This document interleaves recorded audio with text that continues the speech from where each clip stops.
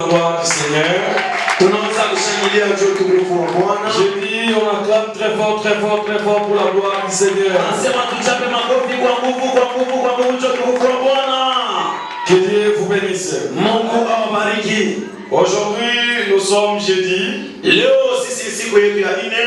Nous avons toujours notre thème intitulé l'Église au temps d'enlèvement. J'espère que nous sommes sur notre 15e partie. Dans le deuxième chapitre, s'il vous plaît. Parce que dans le premier chapitre, je vous ai parlé sur les signes du temps de la fin. Là, j'ai enseigné la sodomie, signe du temps de la fin. Vous entrez sur notre chaîne YouTube, vous allez trouver cela, c'est bien posté. Et notre deuxième chapitre, là où nous sommes, nous avions parlé sur l'enlèvement de l'église. Et actuellement, nous parlons de l'église qui sera enlevée. C'est pourquoi nous sommes sur notre 15e partie qui nous parle. Alléluia. Notre 15e partie qui nous parle de cette église de l'Asie mineure. Et j'avais parlé sur les 7 conditions pour celui qui sera enlevé par Jésus-Christ de Nazareth. Les 7 conditions de celui qui sera enlevé en notre terme par notre Seigneur Jésus-Christ. Je suis là pour préparer l'église épouse. Parce que le temps est devenu mauvais. À tout temps, le son des trompettes peut sonner à tout moment. Amen. Église, amen. Église, amen. Voilà, je parlais sur cette église de l'Asie mineure. Comme dans la première édition, je vous ai dit, je vais parler de l'Apocalypse chapitre 1 jusqu'au chapitre 22. Et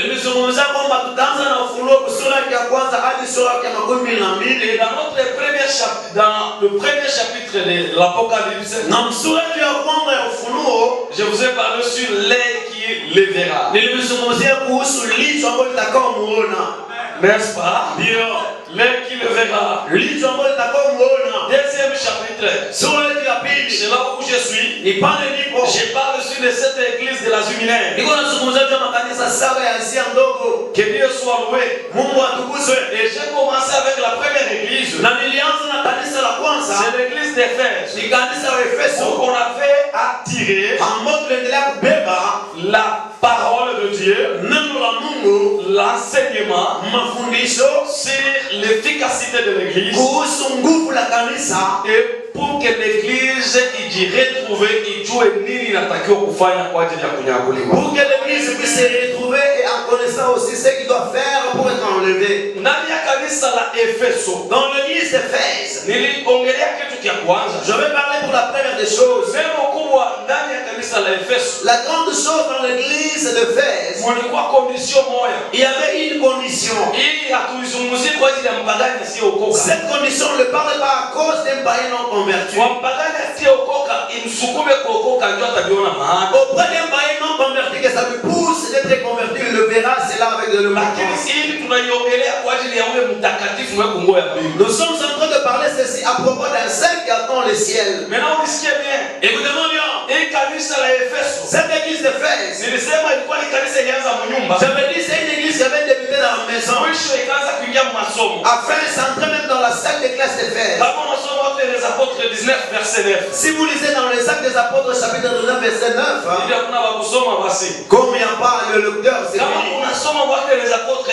Si vous lisez dans les actes des apôtres chapitre 19, si vous lisez dans les actes des apôtres chapitre 19, 19, verset 9, ou bien 9, la parole de Dieu dit quoi?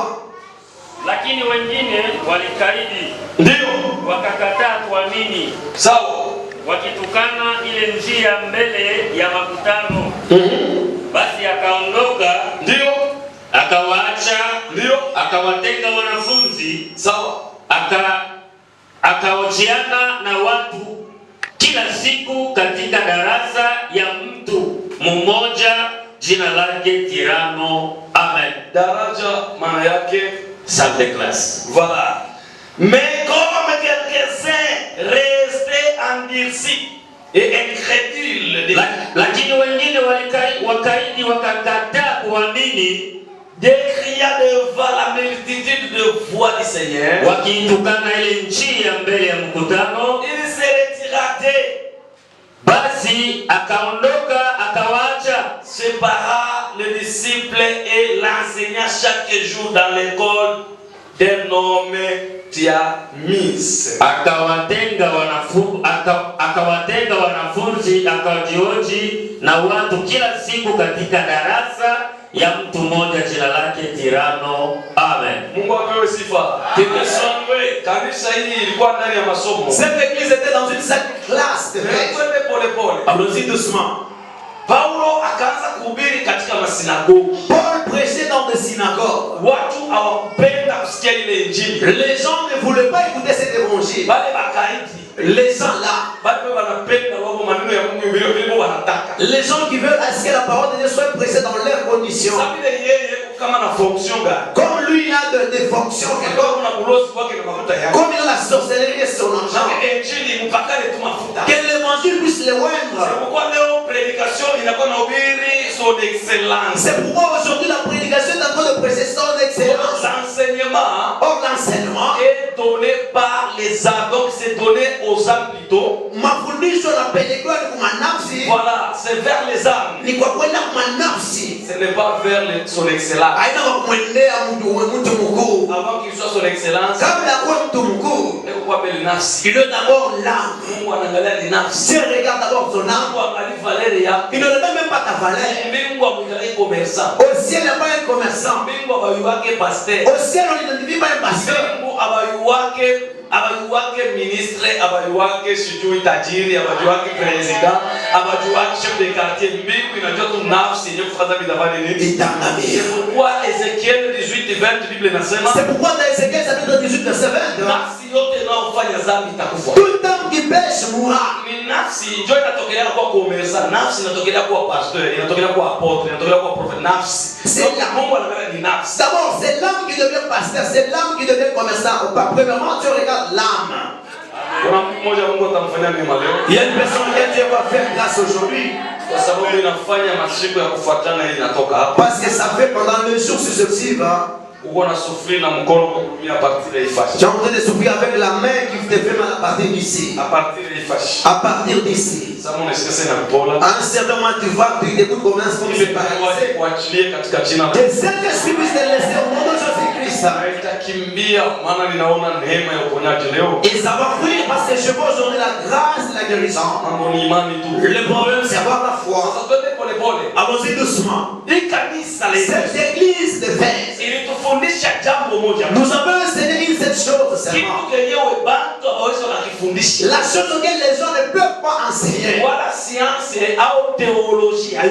Ou bien la science ni la théologie ne peuvent jamais enseigner cela. Ici c'est le Saint-Esprit qui a le pouvoir de révéler quelque chose. Dans l'église de Fès, après que Dieu puisse le s'élever, la grande chose qu'il y avait cette église, c'est oublier le premier amour. Et lorsqu'ils avaient oublié le premier amour, et le premier œuvre était oublié aussi. Ça se comprend. Ça veut dire perdre le premier œuvre. Ça devient au travers l'oubli du premier amour. Si le premier amour est oublié, dans le premier amour, il y avait un loi. Et il y avait c'était d'abord chéri.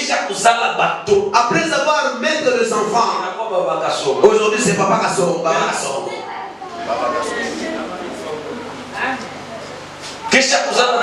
Après avoir enfanté les enfants, ça devient beaucoup de choses aujourd'hui. Tu te retrouves auparavant, ils amenèrent les paix, mais aujourd'hui, c'est le problème qu'on est en train d'amener. C'est pourquoi je vous avais dit ceci. La première église, comme l'église aimait Dieu, il n'y avait personne qui manquait quelque chose. L'église d'aujourd'hui, il n'y a personne qui manque les problèmes de l'autre. Allons-y doucement. C'est dans l'église auquel les gens s'identifient dans des familles, leur provenance et les tribus. Un jour, une personne me demandait. Une personne m'a dit que toi tu n'es pas de telle tribu, toi tu es de telle tribu. Moi je me dis, je suis pas de toute tribu, là moi je suis chrétien.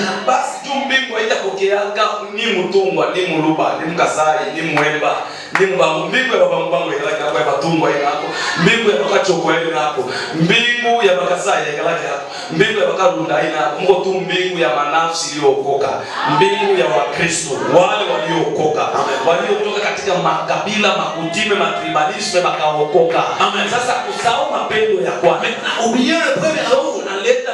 C'est ce qu'il y avait des tribalismes. Et à la fin des tribalismes, il y a aussi la manipulation. À la fin de la manipulation, il y a la haine. Après vous haïr dans les réseaux sociaux, dans des endroits là où vous êtes en train de travailler, tu vois les gens là.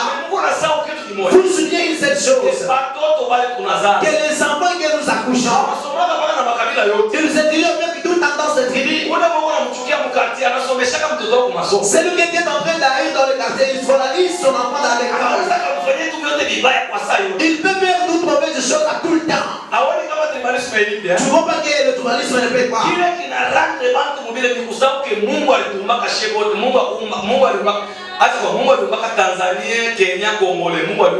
Laisse-moi d'abord te dire, est-ce que tu as fait créer Tanzanien, Congolais ou bien Kenya? C'est pourquoi il n'y a pas de tribus spéciales et de tribus qui ne sont pas spéciales. Je ne sais pas si je me fais comprendre. Vous les tribalistes, vous. Vous les tribalistes. Vous les tribalistes qui marchent avec le tribalisme, vous mangez dans le tribalisme, vous travaillez dans le tribalisme, vous connaissez que le ciel ne connaît pas votre tribu. Dieu connaît l'âme qui est sauvée. C'est fini. Dieu dit dans l'Égypte, lorsque vous allez égorger l'agneau, si une personne qui n'est pas hébreu, et si lui aussi il participe à cet animal, il aura aussi droit aussi.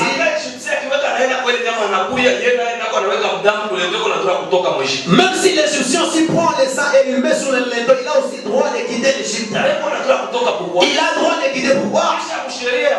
Par dans la loi de Dieu, si tu vois un Égyptien, il vient chez toi, ne le chassez pas. Parce que malgré qu'ils vous avez maltraité, vous avez mangé chez eux. Laisse-moi repisser de soi. L'Égyptien là, c'est ta dame, c'est ton père, ta maman. Bien qu'ils sont sorciers, tu avais mangé chez eux. Tu avais allaité les soldats. Tu étais avec l'argent de la sorcellerie. Jusqu'aujourd'hui, il y a l'emploi. Aujourd'hui, qu'on t'épouse, toi saint, qui vois juste les sorciers, ce sont le frère du côté de l'humanité. C'est chez vous toujours les saints.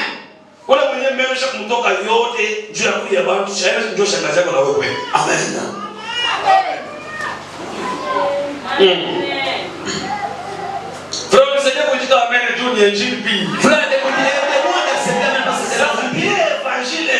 L'évangile impie. Vous dites de haïr ces gens-là. Si ta maman est sorcière, ne joue pas avec une sorcière. Il ne faut pas jouer avec Dieu. Jouer avec les sorcières. Jouer avec les diables. On ne joue pas avec Dieu seulement. C'est ça être chrétien. La chrétienté va t'amener au ciel. C'est de jouer avec les diables et les sorciers. Et ils viennent la nuit, ils détruisent pendant la journée. C'est ça notre jeu.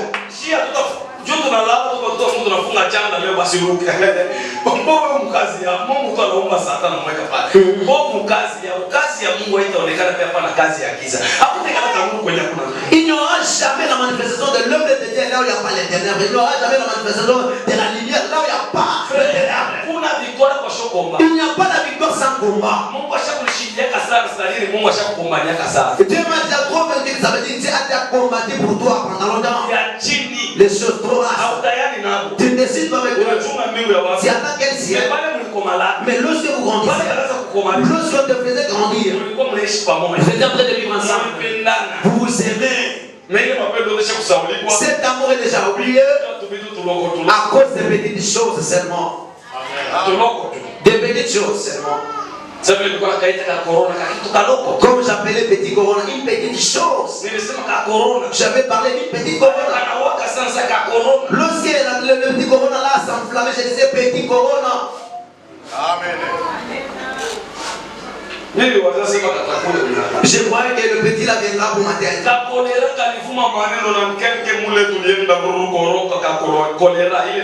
Kama inakubamba 12 heures ikifika tena 12 heures wanakuchinja kuku hata uko navutia wanakupa nakulia sasa unapona. Le petit choléra aussi s'enflammait aussi au temps passé. Lorsque ça t'était à 12 heures, tu arrives encore demain 12 heures, on va égorger la poule. Même si tu voulais rendre l'âme, on va égorger la poule. Unaona watu wanafanya unaona mtu anaanza kuipaka mtu anaanza sana kuipaka anatapika tu mwa macho na charge kunaishi mu quelques secondes mtu anakuwa sana mtu anakufaka après 2 ans. Une personne qui meurt dans quelques secondes, c'est comme si une personne qui mourait avant depuis longtemps. C'était une pandémie qui avait bougé.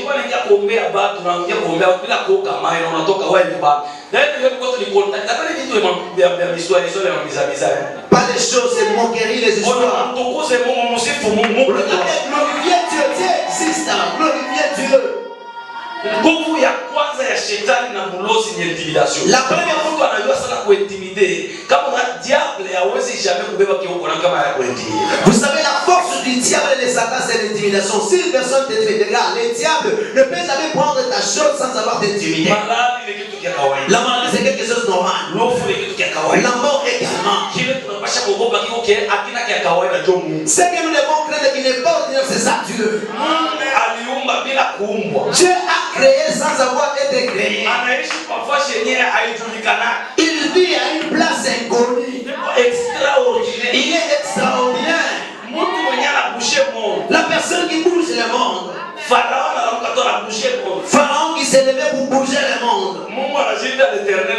Dieu s'est appelé l'éternel des armées. Dieu comme ça va se voir. Kwa masasa ni vibaya. Mungu anamwambia tu maji, anaona tu wewe maji. Bon, maji tu wewe uliwe tu Farao mbele kule chini samaki mbinguni. Dieu a dit auprès de Pharaon, au travers des balles, non pas au travers des balles, mais Dieu a ordonné 6 de l'eau, à l'eau seulement, l'eau qui s'appelle seulement. Également Hérode qui restait comme ça. Il parlait comme Dieu. En oubliant le premier amour. Il restait sur son trône. Par après il se mettait à la place de Dieu. Il a dit, moi Hérode je parle. Mais Hérode a parlé comme Dieu. Fuyez les sciences occultes. Fuyez l'idolâtrie. Fuyez les quittes de personnalité. Plusieurs qui mouraient avant et qui touchaient, ce sont les gens qui le levaient à la place de Dieu. Craignez Dieu, respectez Dieu, vous allez vivre beaucoup de jours dans ta vie. Mungu asema huyu kwa nifaje hapo anaweka tu bivinyo ona Mungu akumana tu kwa mavi ona Mungu akumana mavi Dieu l'avait dit comme les caca Mungu Dieu anaweza haya mavi il a regardé les caca ici Mungu akamwona Dieu l'avait tué avec quoi vile bivinyo biligala kwa Mungu le verre qui existe dans les faux sceptiques les verres sortaient dans les corps de ces caca il était en train de parler le verre aussi sortait dans lui Hérode mourait. Lui qui avait condamné Jésus. Il avait tué Jésus. Jésus mourait dans une mort.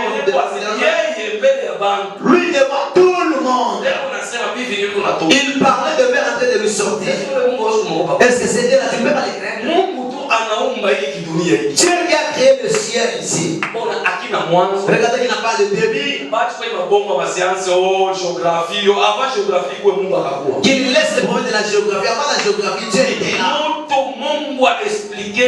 Création, mais Moutou a relaté l'histoire de la création. Qui espère c'est Dieu? C'est-à-dire, entre Dieu et l'homme, c'est lui qui connaît beaucoup c'est Dieu. Alors, respectez les hommes et les dieux au lieu de respecter les scientifiques. Quand il y a Mungu na batu nana najua ni Mungu sasa, heshimia watumishi ya Mungu kuzimia wale wana wa scientifique wale. C'est ce que je dis. Ndio kile mimi nasema. Je dis à votre voix. Nasema tena kupaza sauti. Après Dieu, c'est les hommes et les dieux. Kisha Mungu ni watumishi ya Mungu. Tu n'es pas informé de la Bible. Au ujue nini kwa Biblia? C'est pas tout le monde na Bible. Le serviteur aussi sont où? Ils sont où? Le serviteur sont où? Le Élie dans la Bible sont où? Ok, Akab va chercher, ils sont où? Les gens qui accusent les autres toujours eux. Tu vois un serviteur qui entre dans le travail d'accuser les autres qu'on puisse les tuer. Tout ça c'est quoi? L'oubli du premier amour. Oui. Il y a quoi ça? Je ne suis pas là. Aujourd'hui nous sommes sur notre deuxième église. C'est quelle église? Oui. C'est l'église. Oui. Simir qui veut dire l'amertume.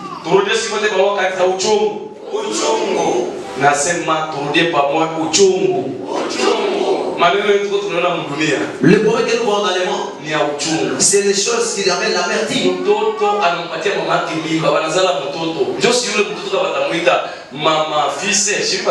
Un enfant qui a une grosse maman, il s'enfante qu'elle a passé dans l'église est arrivée dans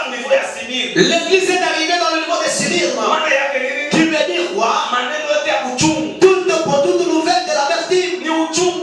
C'est une grande amertume de voir l'église qui tombe malade. La maladie. C'est lui qui va aller au ciel.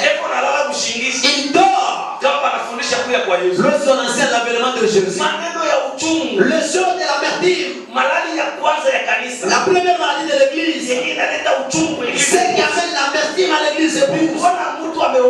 C'est de voir une personne qui est convertie, qui porte le mouchoir de Dieu, je ne sais pas avec quoi. Mais le jour de sa mort, l'autre vient et dit je ne peux pas aller auprès de son dé parce qu'on ne s'est parlé pas avec lui. Les choses de l'amertume, les mêmes personnes qui prient, ce sont les mêmes personnes qui détournent, ce sont les gens qui volent, qui sont en train de manquer du respect pour des hommes. C'est l'amertume de voir un chrétien, une chrétienne qui perd le mariage. Si nous échouons avec l'homme du monde, maintenant Jésus tu vas réussir. Le mari qui t'appelle chéri, mais Jésus appelle Pierre, Satan. Jésus qui appelle, il est son amouita, il appelle son fiancé Satan.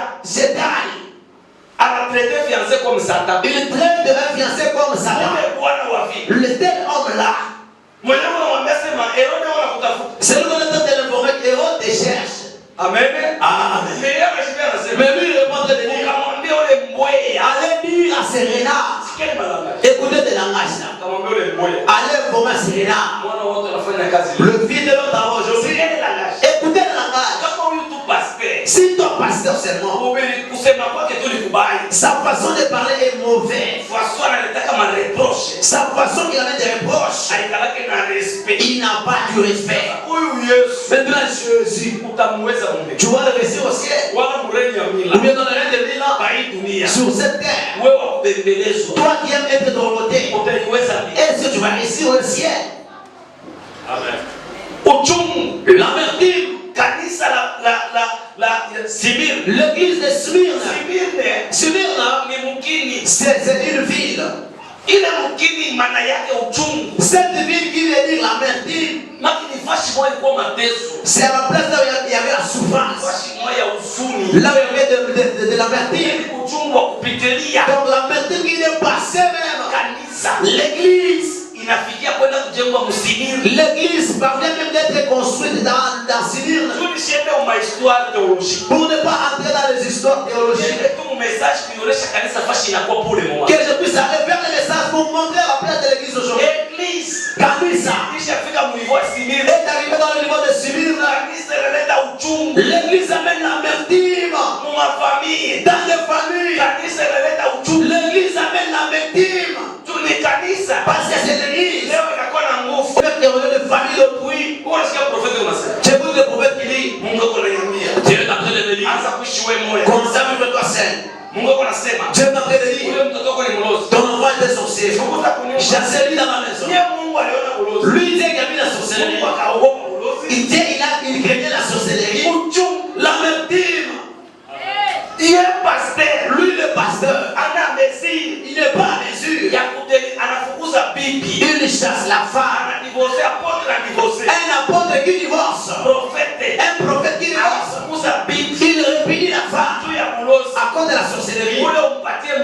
C'est là que tu donnes les oreilles qui te prophétisent les sorciers. Lui il a les yeux de l'homme. S'il devrait avoir les yeux devant la sorcellerie, il devrait d'abord délivrer ses propres. C'est lui qui n'est pas laissé d'ôter la paille. La paille qui est dans son œil. Comment est-ce qu'il va laisser d'ôter la poudre qui est dans l'autre? Aujourd'hui, c'est un endroit de l'amertume. C'est dans l'église. Amen. La grande amertume. Moi, je sens l'amertume de voir un païen qui achète le billet de voyager. L'avion qui le laisse. Il arrive dans l'aéroport. L'avion attend une personne là. L'avion qui est connu par une personne qui n'attend pas une personne. Et la personne qui a payé le billet, ça n'attendait même pas. Mais l'église attend les gens. Il est temps qu'ils vont entrer. C'est le temps que l'église va commencer. Le temps qu'ils vont vouloir. C'est le temps que l'église va sortir. L'amertume. L'église est au point de s'éliminer. Si vous ne vous répandez pas, vous venez en son état. Vous allez quitter à temps. C'est un grand péché. Quelle erreur. Vous voyez l'église comme les choses qui ne sont pas importantes. Pourquoi est-ce que vous entrez dans l'église? C'est pourquoi les escrocs entrent dans les choses de Dieu. Ils vous donnent 2 heures dans l'église. Sans vous laisser le temps de chercher l'onction du Saint-Esprit. Ils ont le temps de vous faire tomber pour gagner de l'argent. Mais vos âmes sont perdues. Commencez à retourner à Dieu. Soyez conduits par le Saint-Esprit. Parce que nous sommes dans une grande ténèbre. Comme l'église n'identifie pas là où ça se révèle. Aujourd'hui l'église ce sont des associations. Comme l'État avait dit. Kanisa. C'est une association sans but lucratif. Ça reste à ce point-là. Ça reste seulement. Ce sont des aspects. Ils comprennent seulement comme ça. Comme l'État avait été défini, ça devient l'aspect. Donc toute personne a la loi qui compte. Or, l'église au temps de Moïse, l'église au temps de Moïse était appelée les temples. Était appelée les tabernacles. C'était la tente. Et cette tente avait 3 parties. La première partie dans la tente d'assignation. La tente d'assignation. Toute personne a le droit d'arriver. Le problème c'est de traverser les journées qui vont arriver. Toute personne qui traversait les journées était arrivée dans le point de la tente d'assignation. Parce que dans la tente d'assignation, il y avait encore quelque part qu'on appelait Pali Takatifu. Là-bas, n'importe qui n'arrive.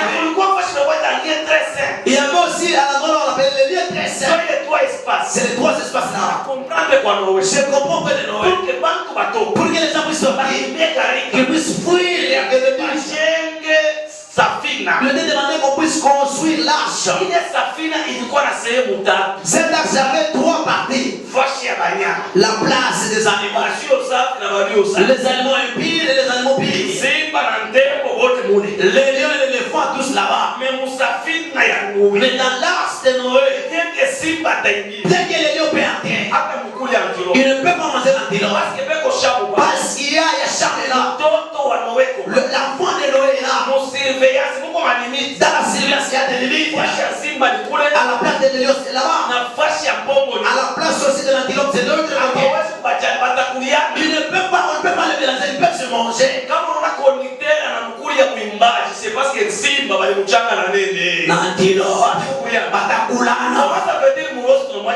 Comment ça veut dire vous laissez un sorcier de chanter?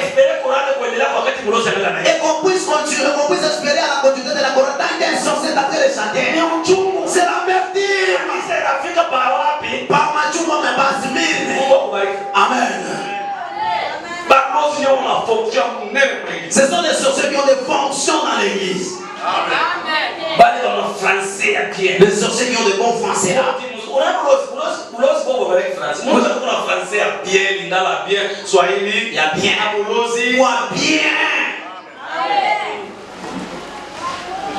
Nous avons besoin de contribuer pour acheter les chaises. Non, ne parlez pas de ça. Même je vais donner. Nous sommes venus d'accompagner toi. Dans Égysée, c'est non à ça. Toute personne fait selon sa force. Dans cette chose, nous tous, nous allons contribuer. Toi. Que puisse nous acheter les chaises, toi seulement. Amen. Par après, nous entrons dans quel siècle?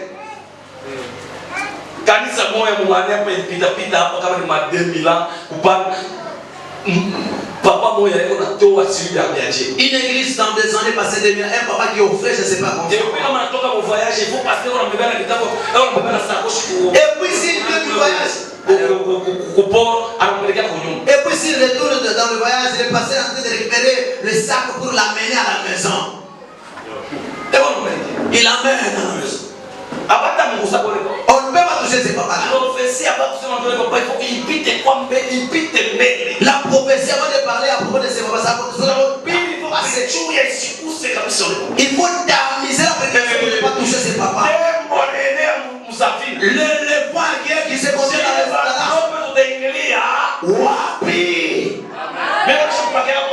Wapi. C'est le seul devant dans la vie. Il monte. Que Dieu te donne la vie. Nous allons vivre où nous? Dieu te donne la partie de ton message. Mungu anakupatia kipande cha ujumbe wako. Parti na sikia kipande. Kama unapatia vile mzima kama hivi vile mzima kuna makanisa yenye huko tu yako wewe mmoja. Sio tebe vile watu wanakana wengine kuingia mwako kwa ningine mtu kiloko bache. Mbuzi naye kuna ndoa kuingia musafina. Mkuku naye kuna ndoa kuingia musafina. Acha safina wote wafanye nini? Baingie. Baingie. Nini? Wote baingie. C'est leur droit. Avant kuuliza alikataka mmoja. Amen. Jua kwa watoto bado wale kwa mlima alikataka hata mimi. Muti. Amen. When my photo gari utafoni humu chutu mikora sikia mtu analima shamba yake 5 hectares kule anamaliza. Wasikia mtu mmoja na français. Donner les documents. Ya masomo ulifundiaka kwa mbele njoo ya agriculture, agronomie njoo kulima mashamba. Amen. Frère, utaenda angalia mabariere yako hapa hivi yenye kuzuia makaa. Jirani katika 5 sana utajikutana mzambe na 300. Ni paka kwa maipa 500, pas de 600, pas de 1000 francs. But unaona mtu unachunga tena unaeleka. Amen. Hapo mfoke. Avant de les gronder, Ulisha kupima kufaki vile kia makaa. Tenda essayer de fabriquer ce mtu kia mtu vile bwana mweza kuna teso. C'est ça d'abord la chaleur comme l'eau de dans le soleil. Quand tu veux passer le lien pas ta popo là. La maîtrise c'est un escroc siècle dans une église. Wa kanisa uchungu. Uchungu wa nini? Mungu akubariki. Amen. Simir. Machungu. Alors tu m'expliques avec lui. Laisse-moi vous expliquer. Cette église de Smyrne qui était appelée l'église de Smyrne. Parce que c'était dans la ville de Smyrne. Smyrne qui veut dire l'amertume. C'est là où l'église est arrivée. Jésus dit, le Dieu va rentrer. Et se trouverai-je encore la foi? Il gagne ça. Il se pose la question. Dans les mots remplis dans l'église. Est-ce que je peux trouver l'église? Des églises je peux trouver. Mais je peux trouver encore église. Parce qu'il y a les églises et l'église. Même un sorcier, comme tu es là, avec ta sorcellerie.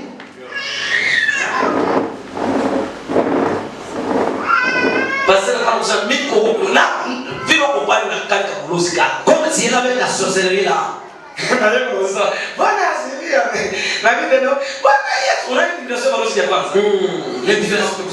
C'est l'individuation des sorciers. S'il y a des dons de sorciers, c'est parler en langue.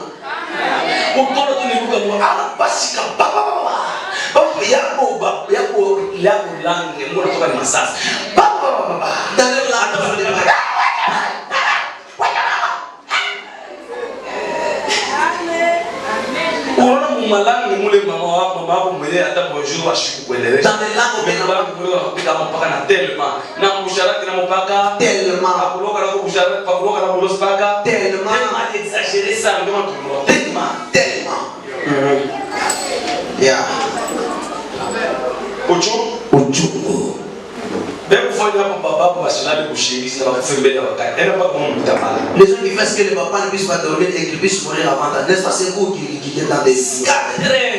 À 4 heures. 3 heures du matin, à 3 heures du matin, le matin, je ne dis pas. Je ne vais pas.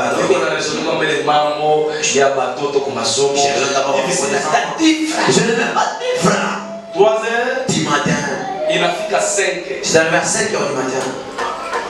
Maman, nous voulons aller à l'école. Maman, tu vas venir à coucher. On nous a demandé 5 000 francs. Tu vas 5 000. Vous aussi, votre maman, vous voyez comme votre père ne dormait même pas aujourd'hui. Papa, il est 7 femmes. En tout cas, on est pharaon. En tout cas, elle est laide vraiment. La sortie en allant seulement sans même les pains. Est-ce que si je peux t'amener les 1000 francs, je ne vais pas trouver 1000 francs pour acheter les savons.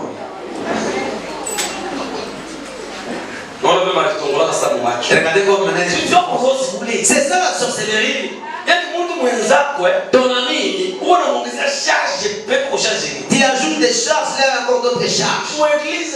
Dans l'église, il est venu. Son ami ne dormait même pas.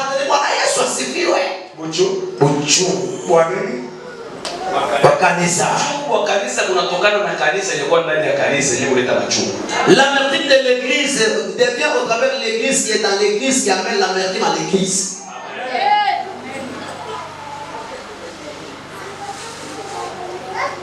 C'est mon autre. L'amertume. C'est mon autre. Les gens qui nous font dormir en femme ne sont pas les anciens de l'église. Attendez les temps qui viennent ici. Les temps. Il reste seulement 200, les 200 qui viennent. Tu verras tous les gens ici. Ils seront des chrétiens. Je suis venu. Vous connaissez moi. J'avais vu un monsieur. J'avais même aimé en 2018. Lui partout il passait. Le premier des choses c'est ça. Jésus avant. Frère, tu penses que c'est la malédiction? Mais pas le gars comme quoi. Mais l'autre on est venu les scandaliser. Les angéliques ils faisaient. C'était les incantations. Un chrétien, tu penses que tu seras libre d'adorer ton Dieu? Au travers que tu es sauvé par une personne ou bien un mari qui ne connaît pas Dieu. Tu penses que tu vas continuer dans les choses de Dieu? Toutes ces choses c'est empêché de ne pas aller aux choses de Dieu. La Yesu Kristo. Nasema Saulo ifakwe Saulo ifakwe Paulo katika jina la Yesu Kristo wa Nazareti. Saulo akwe Paulo. Saulo. Eko paka S A U na L. Akitaka kugeuka namba atakapaka Paul. Ni combien de lettres? P A O L. Alitoka combien de lettres? 4. Combien de lettres? 4. Changement. Mabadiliko. Wakati wengine tushaki kukata level 6. Sasa tushaki kukata tunaenda kukata. Mtubadilika. Amen. Wakubadilika ashibadilika kwa sababu kwa diaka. Anapokupea na mimi na kwa Mkristo. Anaweza kubadilika kwa tasa. Anakuwa comportement sana pastor. Amen. Amen. Amen. Sirina. Sema uchungu. Dis l'amertume. Sema uchungu. Uchungu wa kanisa. L'amertume de l'église. C'est monsieur trouver l'avion avait déjà décollé. On a dit l'avion a déjà décollé. Il dit l'avion est parti. Ça m'a laissé moi. Un païen.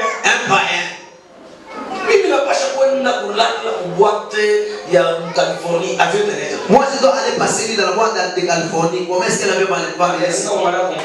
Il est allé je vais pas regarder. Le booking c'est combien? Le booking de l'avion. On l'a facturé, il a sorti tout l'argent. Il a frété l'avion. Il est allé 2 jours avec l'avion. L'avion de location. Il a payé même l'RVA. Il a fini ses affaires. Il est retourné avec ses avions. Il a donné le booking. Un païen. Il est allé au pays de Californie. Il a mis l'avion dans le chômage pendant 2 jours. Ce sont les gens qui ont. Il a loué l'avion. L'autre qui paye l'avion. Un païen qui n'a pas Dieu. Sans prier, sans gêner, sans notre péché social. Il cherche seulement comme ça et tout.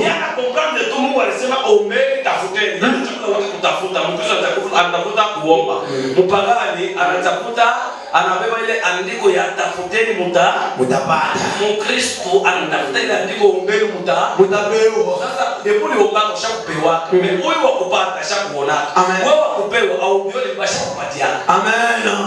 Amen. Amen. Tunasema vous voyez amen. Le paresseux.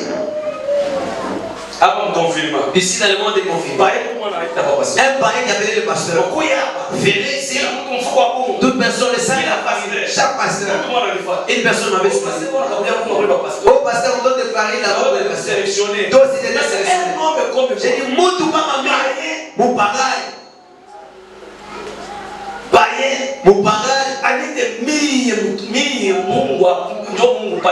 Qui m'appelle moi après Dieu, c'est moi ici. Je vais recevoir la farine pour préparer ma voix. La voix de prêcher avec.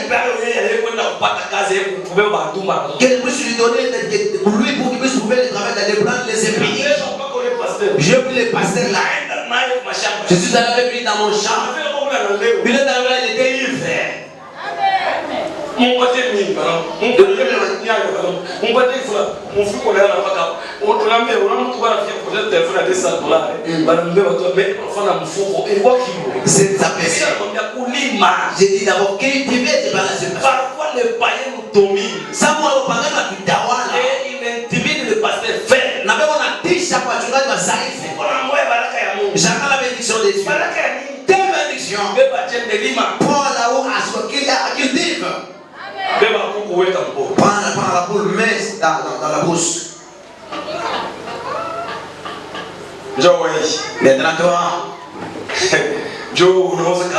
parce que tu as été la mère, qu'on puisse enseigner la prédication. Tu vois toi qui es riche dans l'église, on ne doit pas te toucher. Toi, riche. Toi qui dors en train d'ouvrir la bouche.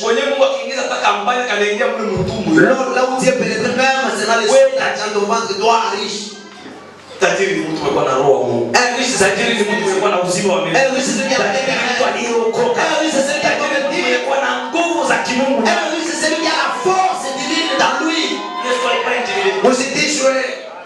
Amen. Amen. Il avait compris que trouver l'argent se chercher. Mais l'église aujourd'hui, tellement qu'ils sont dans la prière, ils attendent de trouver en priant. Demandez, l'on vous donnera. Cherchez, vous trouverez. Trouver, c'est toucher. Trouver, c'est toucher. Être étonné, même invisibilité. C'est quelque chose qui peut arriver même dans l'invisibilité. La prière ne nous amène pas des choses matérielles. La prière ne peut t'amener à aucun jour l'argent, la prière ne peut pas m'amener la prière ne peut pas t'amener quelque chose. C'est pourquoi on a dit vous priez, vous ne recevez pas ce que vous priez. La prière c'est une adoration à Dieu. Et ça nous donne seulement des choses spirituelles. Donne les dons, les miracles, les dons de prophétie, les talents de chanter, les services et tout consomme. C'est ça. Si à toi, non, ne prie pas. Parce que nous avons sorcelé. Non. Non. Nous prions pour ne pas être diminués. Pourquoi prier? Nous prions pour ne pas être diminués. C'est fini. Nous prions. Nous prions pour recevoir les dons et le ministère auprès de Dieu. Les choses restant là. Nous sommes en train de demander. Il y a la différence entre prier et demander. Voilà. Demander et prier. Prier c'est adorer. Prier c'est glorifier le Seigneur. Amen. Prier c'est élever Dieu. Amen. Prier c'est invoquer Dieu. Amen. Et quand Dieu arrive, lorsque Jésus vient dans ta maison, même dans la maison de Yaïro, même dans la maison de Jairus, il ne viendra pas seul. Il viendra avec Pierre, il viendra avec l'autre. Pour que Jésus accouille, Pour que Jésus puisse venir, il faudrait que vous suppliez, il a demandé de le prier, de demander, de glorifier le Seigneur. La prière nous approche Dieu auprès de nous. Tandis que le demande. La demande. La demande. Ça nous amène des choses que nous voyons ici. Un jour, un frère qu'on avait volé. Ça va dire, papa, on m'a volé la moto. J'ai dit, qui a volé telle personne. Je me dis, il dit, j'ai cité le nom de ce monsieur-là. Toi, amenez la moto de ce monsieur. Frère, va attendre ta moto. Il est allé. C'est un vers 0. Ce monsieur-là qui était là, il était parti avec la moto. Il a dit, je manque même la paix. Prends ta moto. Est-ce qu'on avait prié? C'est pourquoi la Bible dit tout ce que vous allez demander. La Bible dit pas ce que vous allez prier. Tout ce que vous allez prier, non. La Bible dit tout ce que vous demanderez à mon nom, vous le serez accordé. Ça veut dire chercher, ça marche avec la prière, la demande. Chercher, ça marche avec la demande.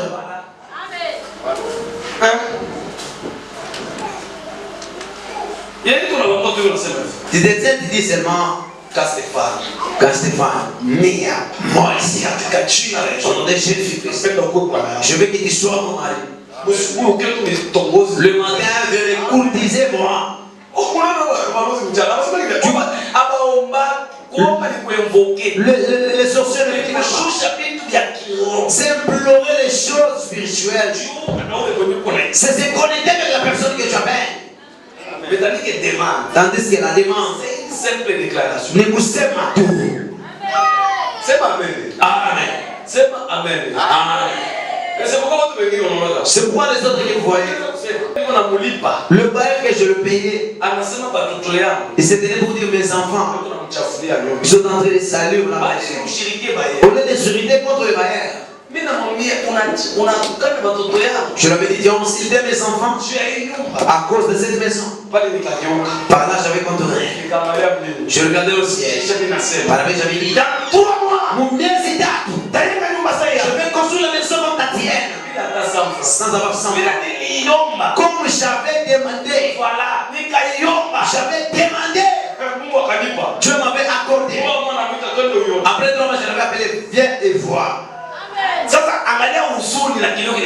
Regardez l'amertume et le dé qui entre dans l'église.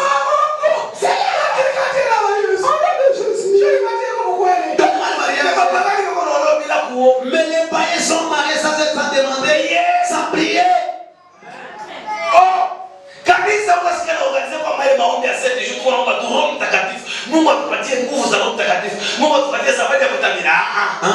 Pas de choses là. Kulomba. Amen. Demander. Demander. Comme tu n'as jamais prié, une personne ne peut jamais prier sans le Saint-Esprit. Le sang que tu dis à l'église, c'est ce qu'on comprenait déjà.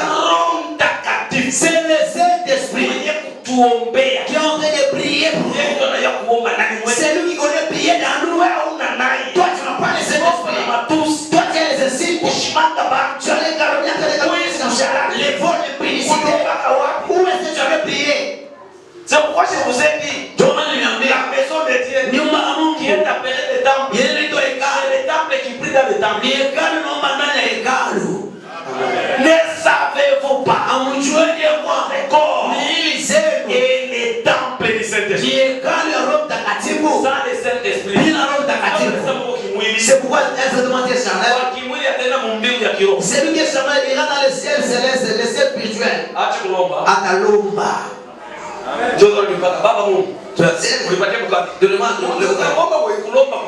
La demande aussi, demander aussi.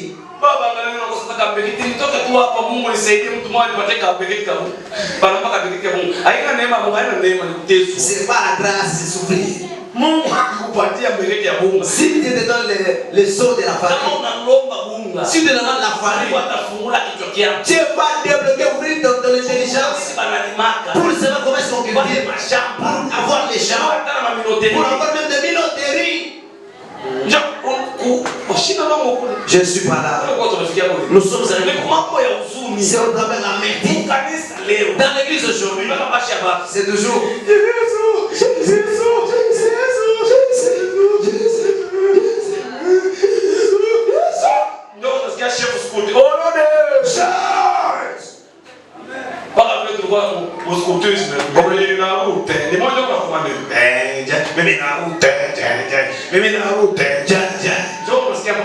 J'écoute là-bas aussi. Léo, aujourd'hui, nous sommes dans la prière. Nous sommes en train de dire à Dieu qu'il est Dieu des sorciers.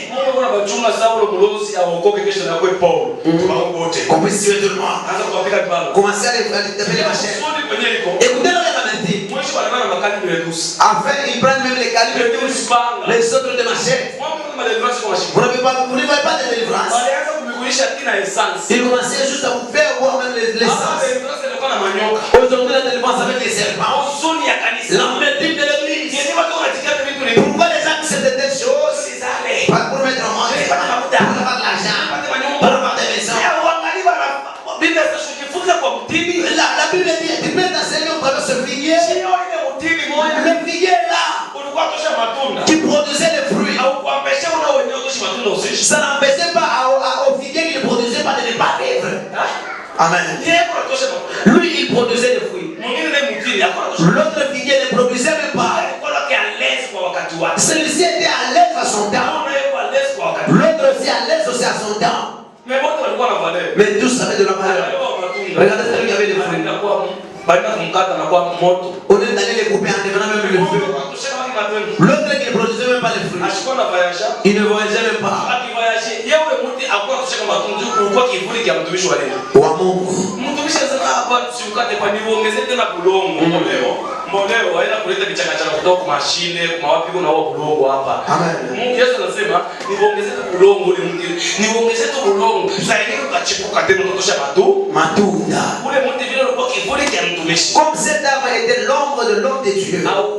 N'était pas coupé. Na matokeo ya et l'essor haukwenda kumoto. N'était pas allé au pot du feu. Haukuwa na matunda. Bien que le fruit n'avait pas les fruits. Mais le figuier qui produisait le fruit était coupé. Le fruit, c'est le voiture. Le voiture, le véhicule. Dieu ne t'aime pas parce qu'il avait donné la maison. La maison. Elle avait trouvé la maison. Le voyage, elle avait trouvé. Le mariage, elle avait trouvé. L'amour de Dieu. C'est ce que tu trouves auprès de l'homme de Dieu qui est à côté de toi. Tu m'écoutes? Tu vas produire le fruit autant qu'on va ajouter dans la terre. Or la terre c'est les enseignements. Et le fruit c'est le salut. Vous savez, lorsqu'il y a une personne à côté de l'homme de Dieu et il vit le véritable enseignement, le salut sera auprès de lui. La Bible dit que cet arbre n'était pas coupé, mais l'autre qui produisait les fruits à son temps, cet arbre était fruit.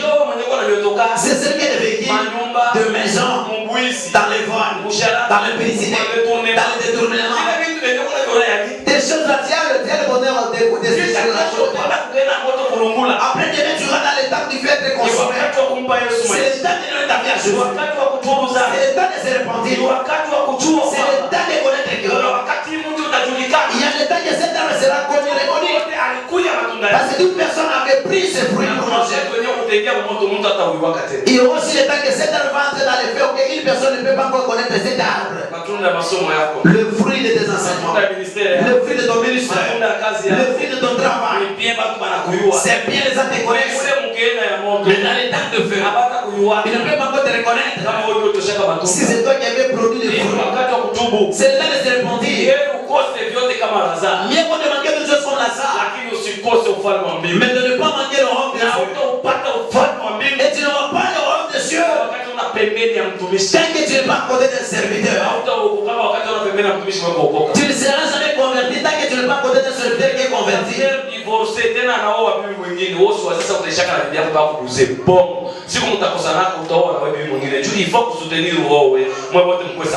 Restez à un pasteur divorcé, ne pensez pas que tu vas finir avec ta femme là. Le jour que vous allez vous quereller, le pasteur là te poussera de pousser aussi la femme pour être aussi égal au pasteur. Amen. Tu me comprends?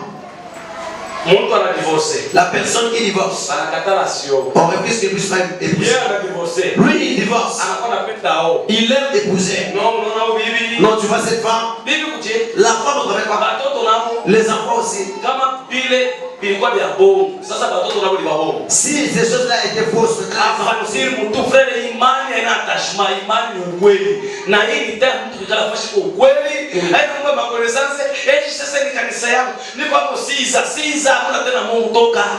la foi ce n'est pas l'attachement, mais la foi c'est la vérité. Et c'est le temps de rester dans la vérité. C'est pas le problème de dire c'est mon église, s'il n'y a pas la vérité, sautez là où il y a la vérité. Il y a l'accomplissement de la parole. Et c'est là où les gens n'aiment pas. Il est dans les autres, la cause de la compassion, ils seront. Toi tu as la compassion qui dépasse Dieu. Tu es compatissant, il le laisse. Toi tu peux avoir la compassion de dépasser Dieu. C'est pourquoi si nous comprenons cette chose, nous les serviteurs, on ne peut pas se laisser avec Dieu. Parce que tous les gens qui nous suivent, c'est à cause de Dieu. Et les gens, vous devez comprendre que si nous n'avons plus Dieu, vous avez droit de chercher là où Dieu existe encore.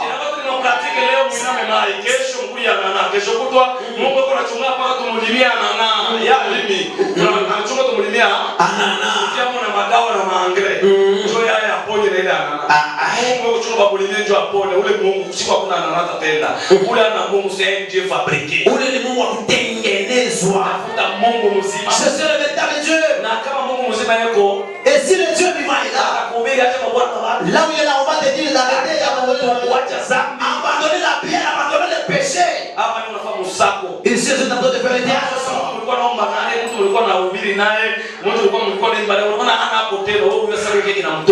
Si tu vois une personne à laquelle vous chantez, à toi de voir avec les lions. ils vont se manger dans l'arche. Ça c'est deuxièmement. La force de l'arche, c'est de l'eau. C'est pour même si l'éléphant a la force de briser le bois. Mais la puissance de l'eau, c'est ça qui le fait lorsqu'il monte. De l'eau va amortir. Aussi de l'eau, c'est la parole de Dieu. Et l'arche là, c'est l'église bâtiment. C'est l'église. Si l'église a de la parole de Dieu, toi-même si tu peux avoir des moyens, tu ne peux jamais humilier les choses de Dieu. Manipuler les choses de la faute de ton moyen. D'abord ça va te faire descendre, d'abord t'humilier. Et ça te fera aussi monter. Amen. Un monsieur qui avait quelque chose, un jour me demandait, papa, depuis que je te connaissais depuis 2014, pourquoi tu ne m'as jamais demandé même 100 francs? Toi, tu n'as pas besoin d'argent. Oui, je vais dire l'argent que j'attends que je puisse te demander. Pour te demander, pour que tu puisses me dominer, que je puisse échouer, comment te dire d'abandonner de mauvaises choses. Gros poisson. Ça va que mon âne. Il va goûter Jonas. Amen. Ni gros poisson, gros poisson. Ni sama ki mon âne, sama ki mon âne. Jonas unafanya nini anafanya nini? Anakumeza Jonas, utamezwa. Frère, usozeka sana kama juu unafahamu ni kitu gani? Basi mimi ndio nalipia watoto wa pastor nasema. Basi mimi ndio mwenye nafahamu vitu vyote njoo itapesha ukizidi tushinde kusimamisha hapa sema frère kama unasimama hapa au tunamteka wetu kwa kope wewe. Toi, on puisse te craindre toi.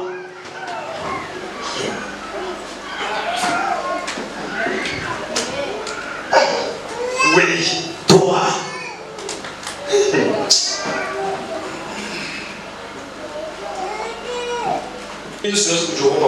Moi-même, je ne peux pas me craindre de venir s'escouiller ici.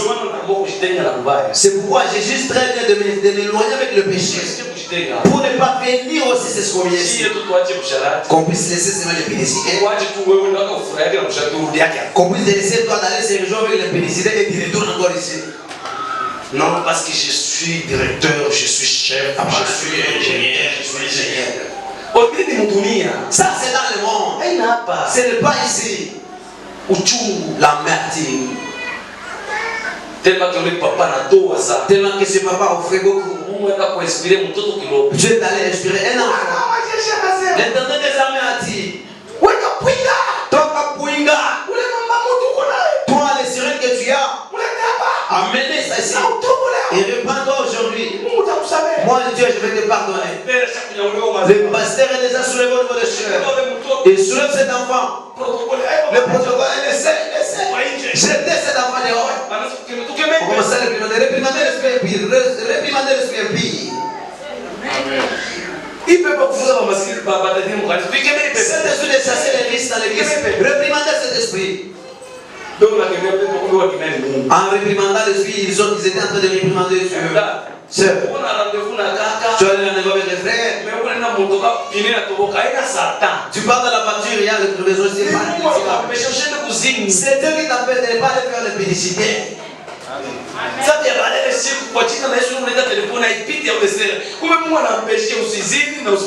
Dieu avait empêché de ne pas faire les pénicités et d'avoir le sida. L'amertume dans l'église. Dans l'église. Dans l'église. Parce que pour le moment, parler à propos des fonds de pasteurs.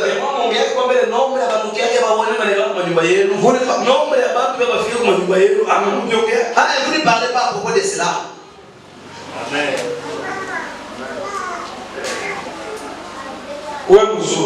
Toi qui es bon. Pourquoi je t'ai venu avec 2 mois? Toi. Des crédits de flatterie ici à part. Kama bao katala ti na ule mwanamke mfanyakazi mnyumba. Les gens qui ont les mauvais cœurs en les visant juste même à la porte. Mfanyakazi ndio tutafanya leo usipime kupanda kukifikia mwezi usiingia kiboko. Wewe sasa tena. Mwanamke mwenzako anajifunga anajivumilia shule muziki baba zenu kila mtu anakanenaki kubarie. Journée muziki mama aje kazuta kufu hata siku moja hiyo. Tu vas mourir le jour avec les mauvais maman. Tu vas mourir. Tu vas ton maman tout. De tel maman là. Mon église de toi pour $500. Moi, c'est $500 $1000. $1000 moi. $1000. $1000. Mais toi on m'a dit mingi par rapport à lui. Moi j'offre beaucoup d'argent par rapport à quoi? C'est beaucoup par rapport à quoi d'accord? Dieu a dit de l'or et l'argent m'appartient. Le monde est rempli de ma richesse. Somme 50. Zabour Isura 48 ans. Il a dit le monde et le remplissement des choses, ce sont mes richesses. Lisez au partir du 10e verset en descendant. L'amertume. Yahweh, Yahweh, Yahweh, Yahweh, Yahweh, Yahweh, Yahweh, Yahweh, Yahweh, Yahweh, Yahweh. Allez, sortez, viens. Tu vois ce qu'il a fait? Est-ce qu'il devait nous dire seulement comme ça? C'est le seul-ci est en train d'attendre aussi le ciel. C'est pas perroquet. Dis d'abord mon perroquet. Vous savez le perroquet. Perroquet. Lui aussi dans l'arche, il était entre il avait sa place. Jean-Paul a constaté. Paul avait constaté. Dans l'église d'Éphèse, il y avait des perroquets. Il y avait des lions. La Bible a dit il avait pris les antilopes. Il a pris d'abord les moutons. Il a pris les brebis. Il les éloignait d'abord en part. Il commençait à les enseigner à part. Il a dit pour ne pas avoir seulement des problèmes avec les lions.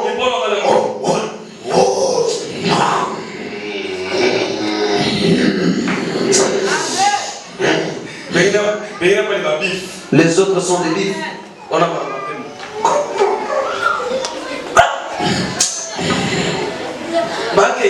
Donc lui, quand ça veut dire ainsi, tu vois, viens ici.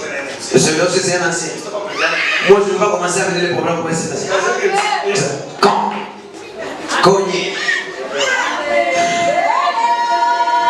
Quand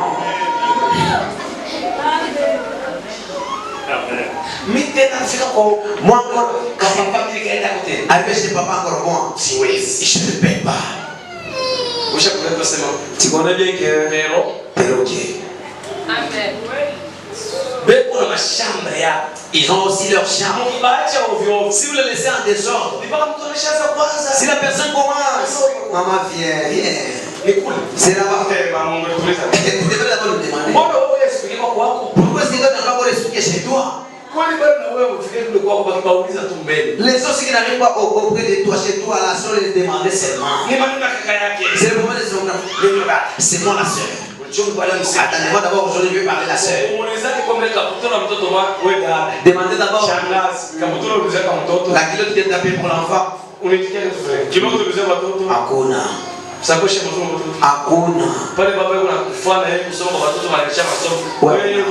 Hakutosha kitu. Anamuzia mtoto wake mangoti, anamkomarisha katika mvua baba muoe. Wewe unakuja tulete desordre basi muoe. Pourquoi je suis la tante? Mais qui décide à commencer à dire quoi? Si je décide, ça ne peut pas encore exister. Toi qui? Oui, Nani. Toi qui es-tu?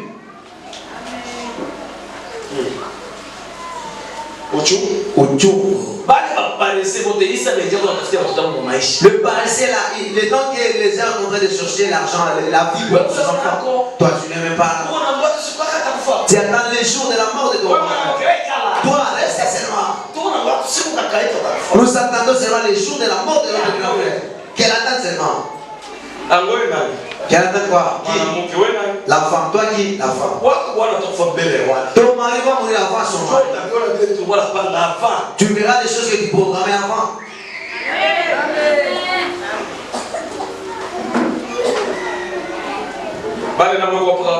Makanisa. les rois présidents, les diacres. Toujours de telles personnes-là. Ce sont les aladéments.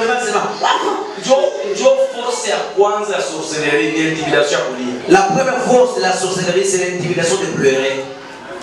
Ouais, maman, on va justifier. Le problème de la justifier.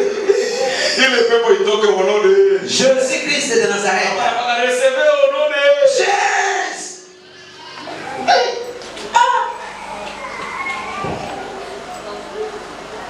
Kanisa la Simir, l'église de Simir, manaka uchungu. Tu me lis l'amertume. Palikuwa mambo ya shule ya uaminifu. Il y avait les choses qui n'avaient pas la fidélité. Palikuwa watakatifu. Il y avait les saints. Mais mambo Mungu alikuwa contre eux. Mais le problème que Dieu était contre eux. Ilikuwa ni njuu ya kumanque fidélité. C'était à cause du manque de la fidélité.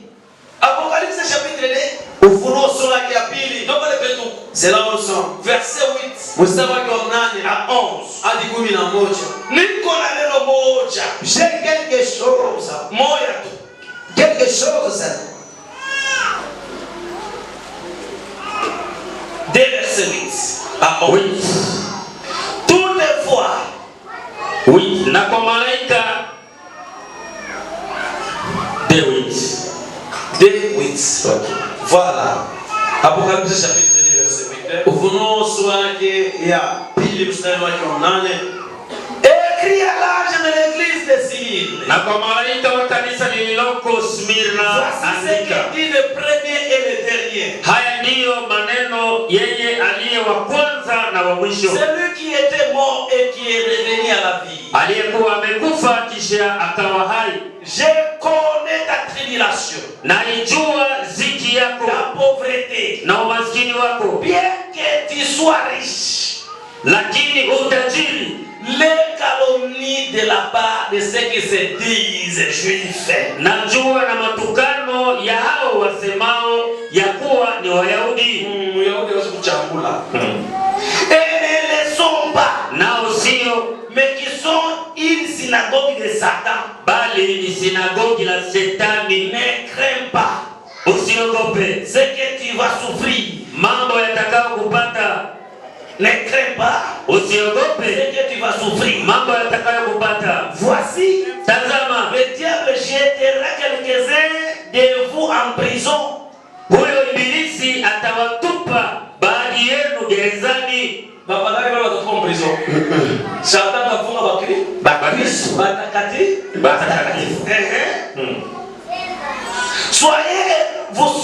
Vous soyez éprouvés, afin que vous soyez éprouvés et vous aurez une tribulation de 10 jours. Ili mjaribiwe nanyi mtakuwa na ziki siku 10. Sois fidèle jusqu'à la mort. Uwe mwaminifu hata kufa. Je te donnerai la couronne de vie. Nami taji ya uzima. Sois fidèle jusqu'à la mort. Uwe mwaminifu hadi kufa. Hii kanisa, cette église, balikuwa batakatifu. Ils étaient fidèles. Mais mateso, mais la souffrance, ya kukosa na unga, de manquer même la farine, pour Kristo haina kuwa na vyote. La chrétienté ne peut pas avoir l'abondance des choses.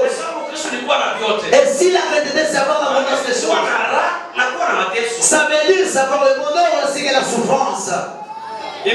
Ça se comprend? Cette église, bien qu'ils avaient cette vie de la souffrance, une personne qui a la vie de la souffrance, il va demander quoi? Mateso. Et vous avez la réponse de Dieu. Et d'ailleurs, le diable va arrêter quelques-uns parmi vous. Il les jettera les autres dans la prison. C'est comme tu vois le nez qui meurt. Genre dans les jeunes de prier de 3 jours. La parole de Dieu d'abord dit. Et d'ailleurs ici, je vais avoir 3 enfants. Dans ta chrétienté d'aujourd'hui, tu vas laisser. Les gens ne sont pas fidèles. À cause de fidélité, la fidélité termine. Tu penses que si tu voles la dîme, tu vas bien vivre et manger. Dieu te prend seulement 1/10 et te laisse les 9 dixièmes.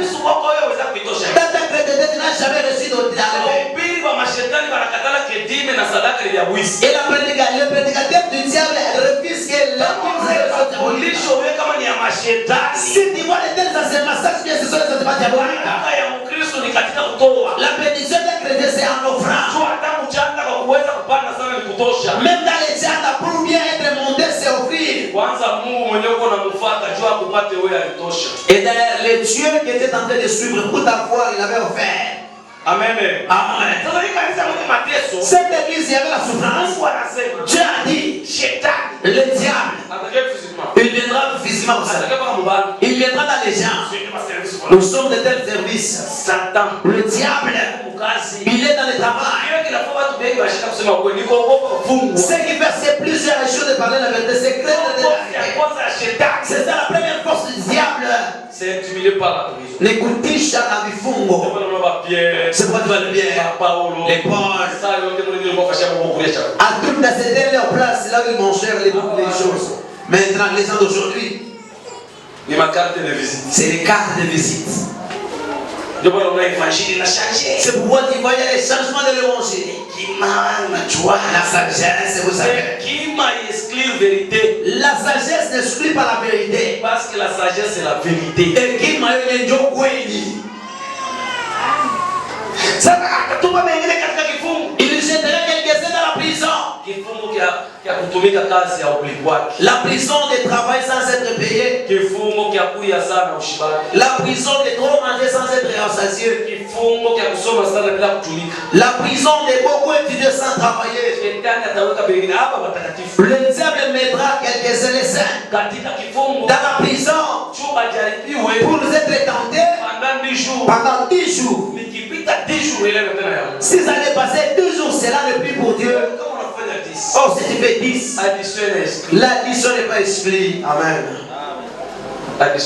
L'addition n'est pas exclue. 1 plus 0 égale 0.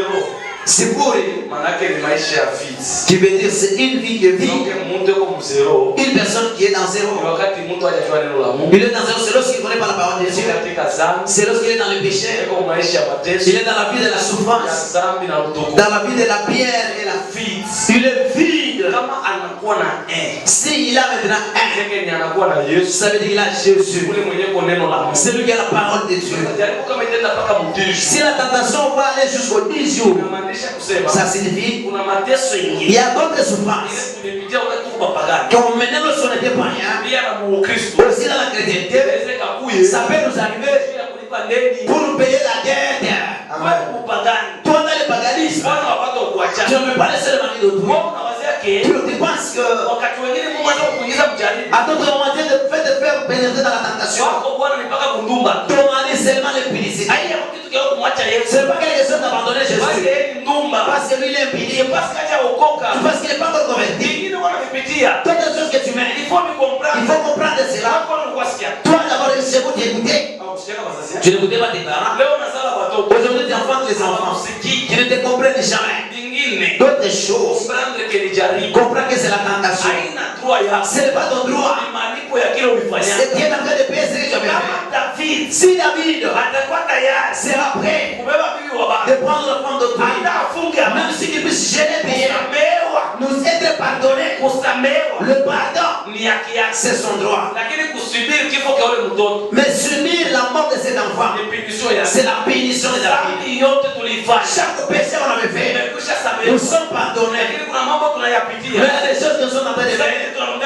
À d'autres moments, nous disons à Dieu, ayez pitié de nous. On a dit à Dieu, donne-moi les enfants.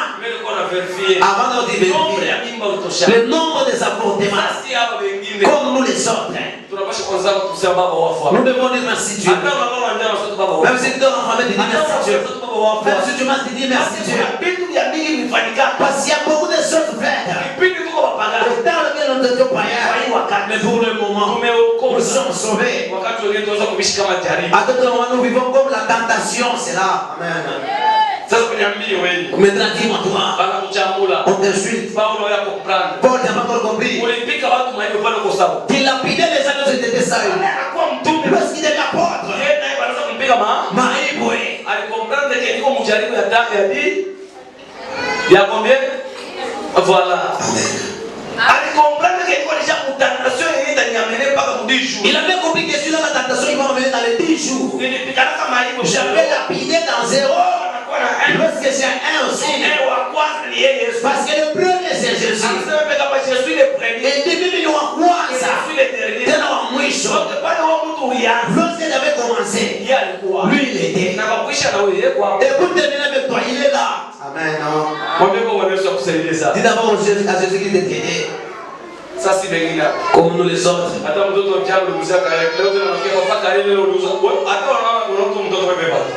Ça c'est bien. Trois fois par mois. Comme nous, le papa qui paye 3 fois le minéral par mois. Je deviens ancien. On nous a demandé la chose. Toi, les choses oubliées, c'est passé déjà dans d'autres mondes. Oh, ça va, il donne. 3 jours après. Il vient encore. Je ne veux pas savoir, pour moi, donne-moi l'argent de l'école. 3 fois. Ma date. Alors, moi, tu regardes l'enfant. Tu dis, Dieu, c'est ma pitié de ça. Tu regardes, c'est ça.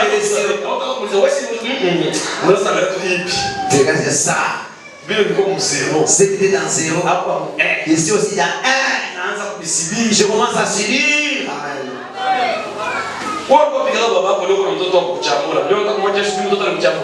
Toi qui t'appelles ton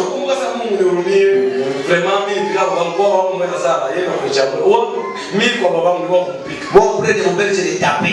L'enfant que je vais te mettre pour moi, c'est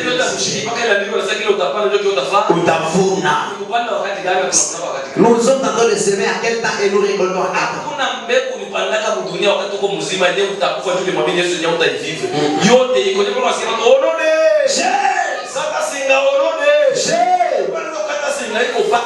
depuis qu'il commence à couper le fils, ça se retrouve toujours. La délivrance véritable. C'est être converti. Et si quelqu'un est sauvé, s'il récolte ce qu'il avait semé, il ne comprend pas que c'est la tentation. Et si je surmonte, j'aurai le bol de vie. Être chrétien sans tentation. La chrétienté sans tentation. C'est le travail mensonger. C'est le temps en train de mener. Toi tu pensais pour les autres. Même si tu parles en répétition. Les gens disent qu'ils parlent à répétition. Toi c'est ça ton travail. Tu vois une personne est en train de l'arrêter auprès du téléphone. Dans le téléphone seulement. Tu es quel fou. Mon téléphone.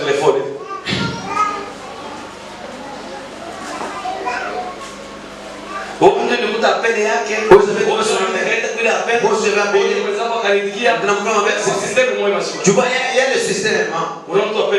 Tu vas l'appeler là. Tu as déjà semé l'intelligence de l'électricité. Tu ouvres comme ça, tu appelles. Tu trouves le même numéro qui tombe auprès de lui. Lui aussi accepte. Allô? C'est qui? Inani. À moi. Mie. C'est la femme de terre. Ni bibi yake fulani. Amen. Sasa ngine unakuta ile nimero ina mtaka hapa mama. Iya tango ya bwana ya pataka toka kwa bongo. Amen. Unaona nirudishe tu. Ndio sikiza. Voilà, moi aussi je suis sa femme. Mimi na mimi niko bibi yake. Tuko wapi leo? Usomo aujourd'hui. Mapepo inaweza karepond par place ya mawazo yako. Les démons peuvent répondre à la place de tes pensées. Unawaza vibaya. Tu penses mal. Kisha unafanya acte mubaya. Parler du fait que les démons peuvent répondre à cette place-là. En 2007-2008. En 2007-2008. Tunaenda Uvira sisi kivu na madame. Nous étions allés au niveau de Uvira celui qui va ensemble avec madame. On avait notre enfant ce jour-là. Mon ami, on était en train de manger. Juste sur la table. Il a pris le message. Il a écrit. Il a envoyé dans le téléphone. Le téléphone de Motorola. Parole a dit à madame. Lisez d'abord le message qui est dans le téléphone de ton mari. Regardez d'abord le message. J'ai ouvert comme ça. Regardez le message. Vous avez regardé le message. Si c'est qui m'a envoyé le message. Ma femme aussi s'est donnée. Si c'est qui sont les démons. Tu vois la fidélité. Je sais pas. Toi, tu ne pas. de tel message. Ton mari ici, il va tomber. Il a dit mon mari à moi, il n'est même pas là. Les soirs, il a dit mon cher, c'est lui qui avait écrit le message, c'était moi. Je vais d'abord de checker comment est-ce que vous faites. Toi, si on te check seulement comme ça, maintenant on te rigole. Tu vois le mari qui vient de sortir, tu vas essayer de supporter.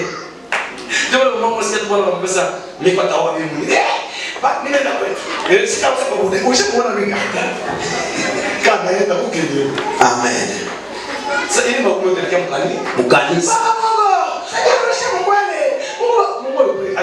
Et c'est Dieu t'avait dit.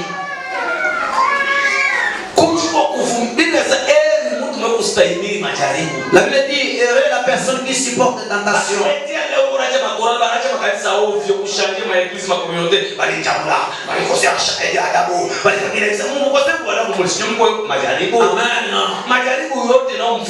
Toute tentation qui arrive au préparer une couronne de vie. Ça me prépare la couronne de vie. Sans la tentation, tu n'auras pas la couronne de vie. Il faut s'inscrire dans le livre de vie. Pour que ton nom soit dans le livre de vie. Tu auras la vie et la couronne de vie. Mais s'inscrire, c'est dans des tentations. Dans ce travail, il y a des tentations. La Bible ne dit pas il est fruit des tentations, mais la Bible nous dit de supporter. Tu peux trouver l'église de 1500 personnes. Ils échouent de supporter le comportement d'un pasteur. Mais un pasteur, il supporte le comportement de 1500 personnes. C'est par là que vous devez respecter les hommes de Dieu. Ça devrait être qui moya. Amen.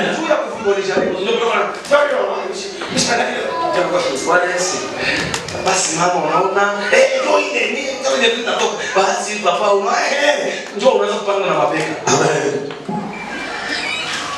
Yeye comprendre ni jaribu. Kisha kuvumilia tapata jaribu ya uzima. 3 ya 3.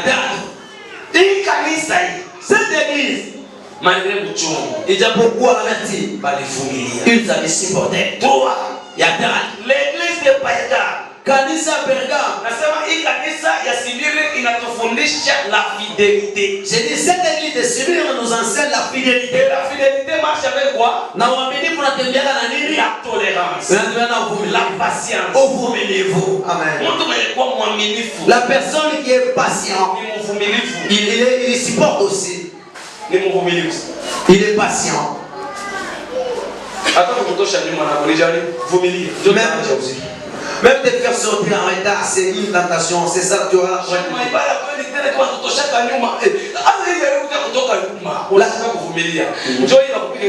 La tentation, c'est mal de sortir en retard, tu de supporter. Maintenant, pour te gifler.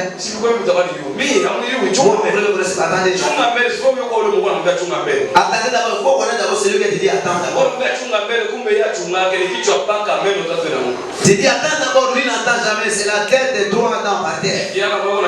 Un jeune me disait, lui sa femme, pour seulement se laver, il faudrait qu'il y ait un bukali, il y ait du couche, il y ait du blanc, il y ait du lui dans le niveau de Jésus, on ne joue pas de lui. Il est allé trouver le mari, il ne connaissait pas le mari, il a été comment? Et souvent des disputes, il sautait sur le les maris aussi n'étaient pas convertis. La tête également n'était pas convertie. Et elle dit papa, j'avais déposé la tête sur cette fille, sur cette femme. Il a dit j'avais déposé la tête sur le. Il y avait un pas. Il était tombé. Je commençais à voir le nom de madame. Mais attends, elle était pas allée chez elle.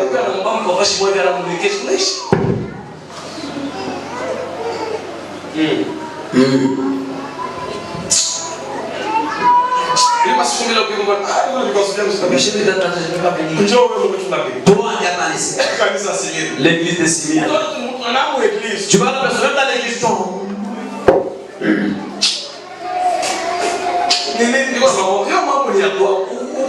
C'est quoi j'ai le problème? Chaque personne a ses problèmes. Si porter sont des tentations, si tu surmontes la couronne de vie t'attend. Après l'enlèvement, c'est pourquoi il dit après l'enlèvement, il n'y aura personne qui peut se sauver à travers ses sangs. Dans les sangs de Jésus seulement, tu échoues. Maintenant, à travers tes propres sangs. Cette église. Connaissez la patience. Dieu les avait demandé d'avoir la patience. Il les avait dit une grande chose, c'est la fidélité. Celui qui est fidèle dans le travail, partout, il reste fidèle. Toi, là il y a la fête de la bière, tu prends aussi. Un certain moment nous troubler. Toi, d'autres moments, tu constates que le frère est bien. Il est déjà sorti, c'est vrai. À un certain moment, ne vous paganez. À un certain moment, s'il veut faire des choses de païens, si on va me poser de la chose, je ne sais pas ce que je vais faire. La Bible dit, les gens qui sont revenus, Jésus avait mis les pères. Il avait séparé le papa, séparé aussi l'enfant, la maman et la fille. Il y a la séparation maintenant. Maintenant, tu devrais se donner la pierre aux gens. Quoi, tu n'as jamais. C'est comme le combat chez les matères. C'est comme le famille. Kama kuendelea sana. Amen. Au contraire, kuna mtu akuzia mwenzake mfuko wa bunga akala mwisho wa mwaka. Au contraire, personne famille c'est la polygasse. Ni famille kukobezi nawe kasema, ni fasa frère, mais maman, muna nini? Qu'est-ce que vous savez? Pour Christ on a dit tout bingine. Vous êtes en train de mélanger la chrétienté et autre chose. La fidélité. C'est pas là que tu vas comprendre. Tu ne comprends pas ces choses. Je ne peux pas aller rapidement avec toi comme sur le nom. Même si c'est un mois, je serai auprès de cette église. Je ne suis pas en train de précipiter. Que je t'explique les choses que tu comprends. Lorsque tu n'es pas fidèle dans l'église, dans l'escommunion, parce qu'il s'est maquillé. Toi aussi, dans la fête de ton petit frère, tu n'appelles pas les gens. Dans la fête de tes enfants, tu n'appelles pas les gens. Tu meurs, c'est la bière. Tu te dis quoi? J'aime Jésus. J'ai dit encore, j'aime Dieu. Parce que ma famille à moi. Même lorsque mon oncle avait le mariage, ils avaient dit même l'invitation, ils ne le donnaient même pas. Celui-là, c'est lui qui est converti, que vous puissiez l'appeler. Celui-là, même si vous l'appelez, il ne peut pas venir. Que le nom de Jésus soit loué. Parce qu'il me voyait cacher. Je suis à l'aise. Je mangeais chez moi. Je vivais chez moi. Je suis à l'aise. Au craindre les problèmes. Le problème d'une personne va mourir. Et le problème va terminer. Le problème de celui qui t'avait créé. Si c'est dans l'enfer, ça il faut plaire à Dieu. Que de plaire aux gens. C'est lui, c'est sa fidélité. C'est lui qui est fidèle. C'est Joseph. Même si la proposition d'argent, même la beauté de la femme de Potiphar, il a laissé même le lèvement. Ça veut dire même le respect que ça veut se perdre. À quoi de respecter Dieu? Ou un ministre. Vous êtes en train de vous donner la bière, de bière ici. Courtisez pour les autres en désordre. Beaucoup d'hypocrisie, même auprès de celui qui est en train de vous diriger. Répandez-vous, arrangez. Si tu ne me donnes pas main, je vais laisser.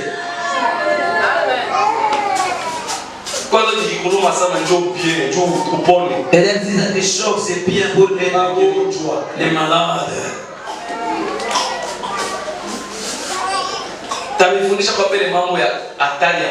Je vais vous enseigner concernant les dangers de la bière.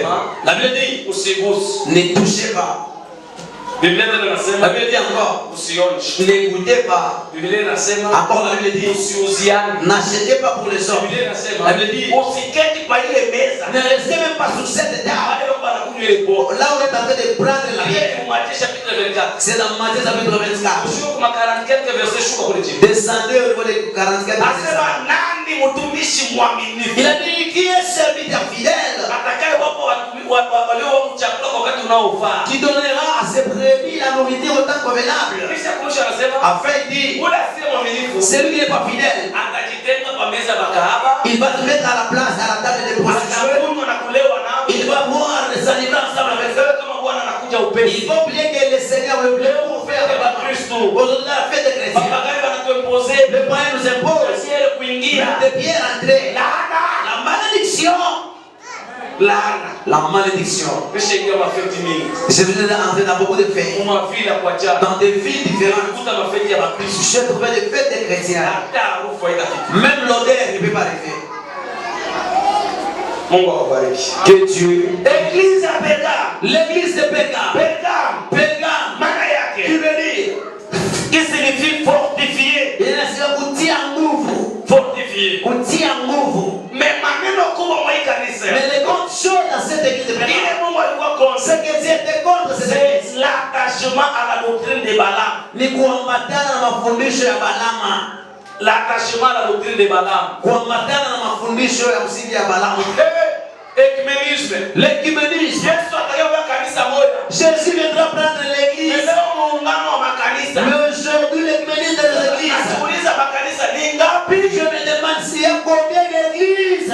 Oh, l'église protocole. Oh, l'église de l'église de Sekeke. L'église de Lelelele. Compris ces mélanges. Mais Jésus vient prendre l'église. Sur les sortes des églises. Ça veut dire l'église s'oublie. Là-bas il y a l'attachement. C'est ça le problème de l'église de l'attachement. À la doctrine de Balaam. Ça va enseigner quoi? Les enseignements de Balaam. Il avait tiré auprès de Balak d'enseigner devant, de faire la publicité. Ce sont des choses qui se retrouvent aujourd'hui. Pourquoi dans telle église ils sont dans les ministères? C'est eux qui ont seulement dans la paix. C'est maintenant notre église qui est là. Chaque église est pour l'attachement. Ce qui ne te concerne pas. Tu vas t'attacher à cela à cause de quoi? Notre référence au ciel. Les essentiels ont des choses là. En Europe. On ne peut pas les voir. En Europe. Les hommes dans les pantalons. Et aussi en Europe. C'est le problème. Demandez-nous que nous avons vu ça. Ce n'est pas quelque chose d'ordinaire.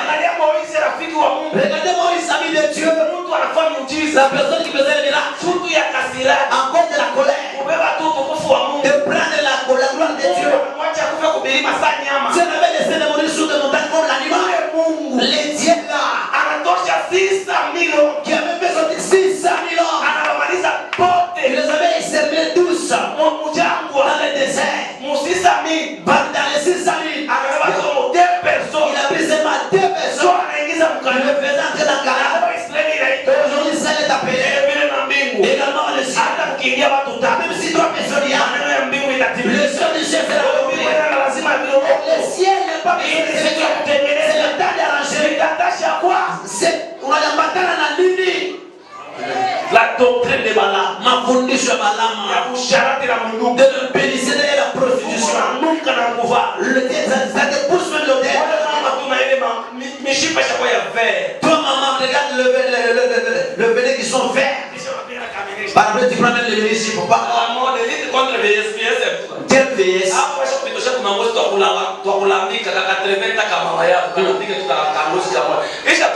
C'est déjà sur la vie.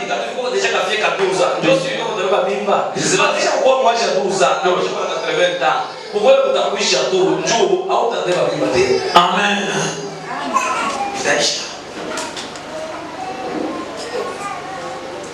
Attachement. Sinon ça vous amène des mèches de maquillage et tout. Attachement. Mais le jugement de Dieu arrive. Arrangez vos vies. Que Dieu vous bénisse. Nous allons continuer demain avec les enseignements à partir de 14h. Et nous allons entrer dans la prière. Tiens-toi debout.